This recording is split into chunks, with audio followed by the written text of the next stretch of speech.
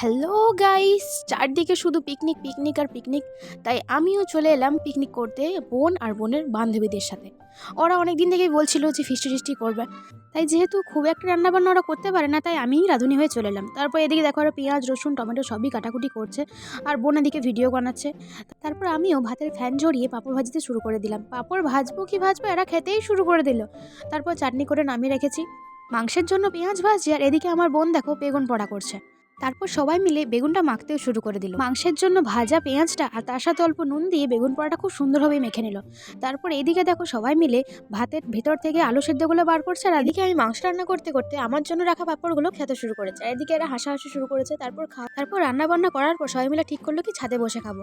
তারপর সবাই মিলে সব জিনিসপত্র নিয়ে ছাদে চলে এলো। আমি সবাইকে বললাম যে তোরা বস, আমি চান টান করে আছি। চান টান করে সবাইকে বসিয়ে ফেলাম। একটু 1 মিনিটের ব্লগে সবটা বলা যায় না, তাই নেক্সট পার্টগুলো দেখার জন্য অবশ্যই চ্যানেলটাকে সাবস্ক্রাইব, ভিডিওটা একটা লাইক করে দাও। টাটা।